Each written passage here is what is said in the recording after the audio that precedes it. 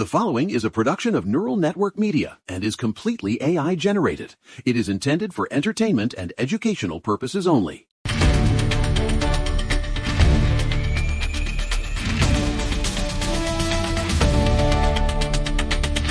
Listen to me. Do you hear that? That's the sound of the foundation cracking under the feet of the interdimensional ghouls who thought they could own your mind and your children.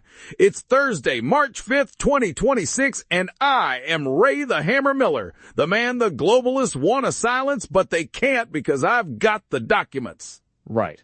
I've got the white paper stacked so high on this desk that I'm basically peering over a fortification. We've got a solid show today, folks. A fascinating mix of developments that show the tide is turning against the machine. Uh-huh. Yesterday, we broke down the total collapse of the Iranian regime in Operation Epic Fury, and that significant primary win in Texas by Steve Toth. He certainly moved the needle. He kicked the door down on the establishment, Josh. But today we're looking at the domestic front, where the common sense restoration is hitting the schoolhouse and the courtroom. It's a busy lineup for sure. They tried to crucify him, Josh. They tried to destroy a good man because he wouldn't bow to the rainbow-colored altar of the globalist agenda. I'm talking about Eric Rivera, the teacher in Tennessee. Right, the Kip Antioch College prep case. This man, a first-grade teacher, he's got a spotless record, and they give him a final warning letter because he won't read Stella Brings the Family to 6-year-olds? Okay. A book about same-sex parents to children who are still learning how to tie their shoes. Rivera said no. He stood on his faith, and the school tried to break him with this fidelity to curriculum nonsense. Sigh.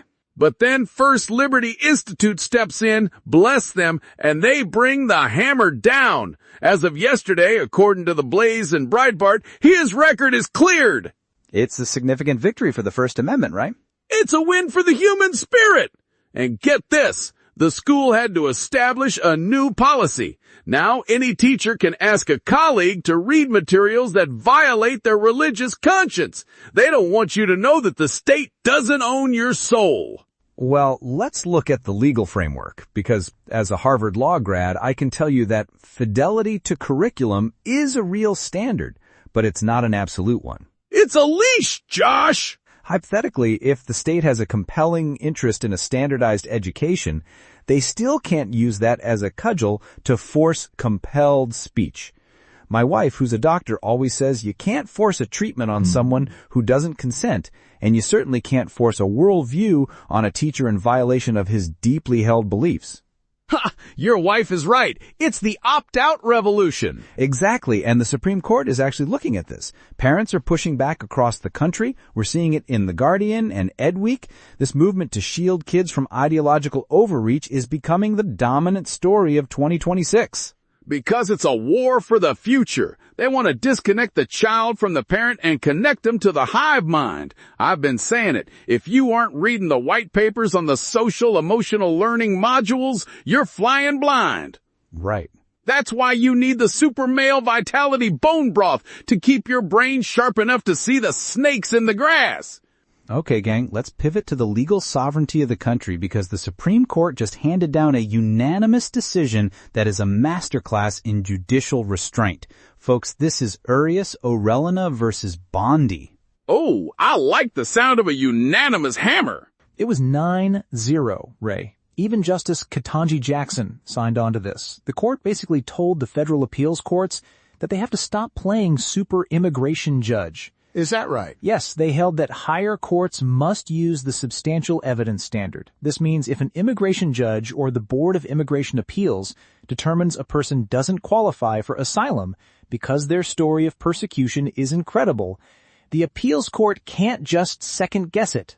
Finally. No more vibe checks at the border? Exactly. For years, the rule of law was bogged down by these endless appeals that allowed non-citizens to remain in the country for decades while they relitigated facts that were already established. Right. According to SCT Law Blog, this ruling restores authority to the primary fact finders. It streamlines the removal process for those who don't meet the legal threshold. It's over for the legal loopholes. They've been using these appeals to keep people here while they live off the taxpayer. It's the anarchy via paperwork strategy. And the court just ripped up the script. Facts don't care about your feelings, and in this case, the facts of an asylum claim are now much harder to manipulate through the judicial system. And the public is on board, Ray. You bet they are. New polling from Harvard-Harris shows a massive shift. People are tired of the chaos. Even the Economist YouGov poll shows that the call for abolishing ICE has basically evaporated as people see the real-world consequences of lawlessness. People are waking up. They see the crime. They see the fentanyl. And they're screaming for the hammer. And speaking of hammers, let's talk about what's happening with the Epstein files and the Medicaid fraud, because the curtain is finally being pulled back. This is where the institutional accountability really gets intense. Nancy Mace. She's leading the charge. The House Oversight Committee just voted 24-19 to subpoena Attorney General Pam Bondi herself. Right. They want the tapes, Josh. They want the closed-door deposition on how the DOJ fumbled the Epstein files in January. It's a protection racket, essentially. It's the client list. They're protecting the globalist elite who are on that island. They think they can give us crumbs and we'll go away? Right. No. We want the names. We want the documents. We want the white papers that show which world leaders were part of the interdimensional vampire ring, because they can't keep redacting the truth and telling us it's for our own good. Well, I don't know about vampires, but it certainly looks like a cover-up of powerful interests. But look at the Medicaid side of this, Ray. Oh, it's just as rotten. Dr. Mehmet Oz and the CMS are calling out billions with a B, in fraud. In New York, the Brooklyn Eagle's reporting that the feds are widening a probe into home care programs. $9 billion in Minnesota, too? It's a slush fund. My wife, the doctor, sees this. She deals with the administrative bloat every day. The money is meant for the vulnerable, but it gets vacuumed up by consultants and outright theft. It's the devouring mother state. It eats the labor of the working man and gives it to the corrupt. But it's the same story in the economy, though. We are seeing some unexpected strength in the services sector. The ISM report showed a PMI of 56.1. But what about the tariff interest, Josh? That is the $175 billion elephant in the room, because the previous emergency tariffs were struck down by the Supreme Court in February. Now, the government owes importers massive refunds. Right.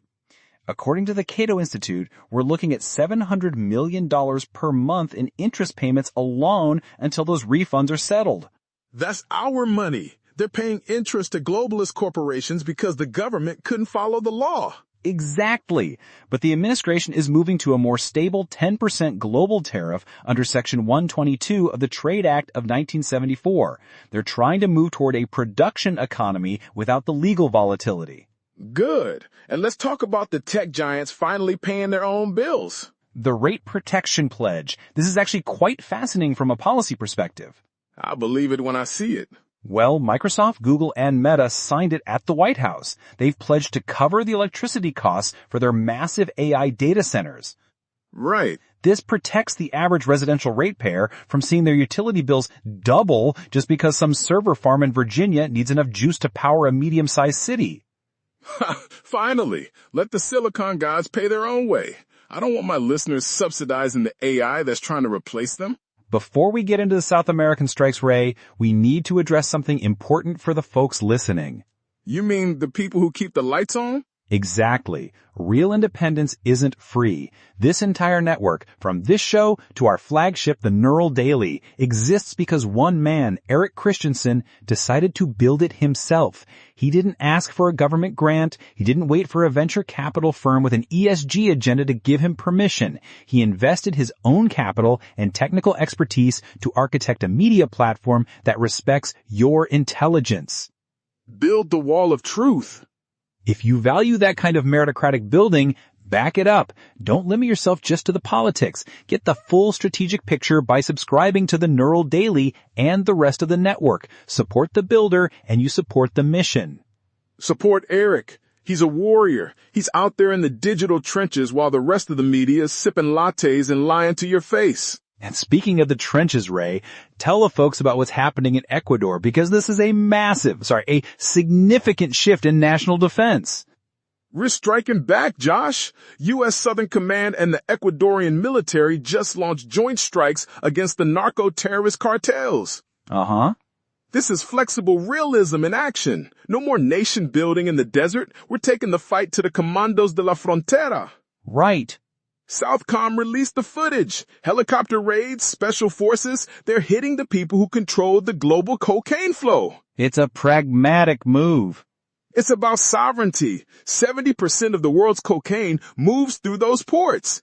If you don't control your hemisphere, you don't have a country. According to the Pentagon's 2026 strategy, this is a move toward warrior spirit realism. We aren't trying to spread democracy, we're trying to stop the poison from crossing our border. But wait, why is Jill Biden at the UN Security Council while our boys are in the mud? It's theatrical realism. It's a historic role for a first lady, but many are questioning the strategic depth there, especially with the unusual challenges still plaguing the Ukraine conflict. It's a puppet show. They want the soft face for the camera while the real decisions are being made by the ghouls. Well, the real decisions are also being made by the people who are leaving Washington. Let's talk about the Great Exodus. 53 House members. Rep. Burgess Owens is out. Right. He announced yesterday he won't seek re-election. He's the fourth black Republican to announce he's leaving the House this cycle. They're fleeing the sinking ship. Owens cited the redistricting battles and the toxic environment, but he's part of a wave. 53 members, 21 Democrats, and 32 Republicans. That's a historic pace of retirement. Because they see the polls. Dissatisfaction is at a record high. 81% of people are worried about grocery prices, Josh. You can't eat equity. Right. People are done with the theater. And in California, look at this. Over 1.3 million signatures for voter ID. That is a staggering number for California. Proponents officially submitted them this week in the bastion of the left. The people are saying, we want to know the votes are real. They tried to stop it. They tried to hide the ballot, but the common sense surge is a tsunami. It's a rejection of the sloppy governance that has dominated the West Coast. If you don't have voter ID, you don't have a secure franchise. It's a simple fact. And that leads us to the heart of the show today. The contrast between what we're losing and what they're trying to force us to become. We lost a giant yesterday, Josh. Lou Holtz, 89 years old. A legend, a man of honor, a man who didn't care about your feelings. He cared about your character. Right. He coached for 33 seasons, 249 wins. He's the only coach to lead 6 different programs to bowl games. 1988 national championship at Notre Dame. He lived by 3 pillars: trust, commitment, and love. He famously said, I don't think God put Lou Holtz on his earth to coach in the pros. Mm-hmm. He was there to shape the souls of young men. He demanded excellence. He didn't negotiate for it. Mm-hmm. It's a poignant loss, especially when you look at the culture we're inheriting. Facts don't care about your feelings, but Lou Holtz knew that character is what handles the facts. Exactly. And now we have the digital couch. People are so lonely, so disconnected from reality, they're talking to AI therapists. It's a loneliness epidemic being treated by a digital substitute. It's the absurd versus the meaningful. You have Gen Z kids getting plastic surgery. They call it prejuvenation to look like AI filters. They're turning into human-animal digital hybrids.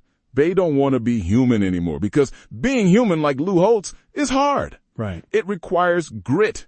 It requires facing the documents. It's much easier just to plug into the algorithm and let the silicone brain tell you everything is fine while your country is being hollowed out. Hypothetically, if we continue to substitute human connection with technological simulations, we lose the very foundation of a self-governing society. We're already losing it. But the signatures in California, that teacher in Tennessee, they're the ones fighting back. It's a split-screen reality, Ray. Listen to me. The interdimensional ghouls want you alone, they want you sad, and they want you talking to a computer. Right. But we have the white papers. We have the truth. Lou Holtz showed us that leadership isn't about an algorithm. It's about values.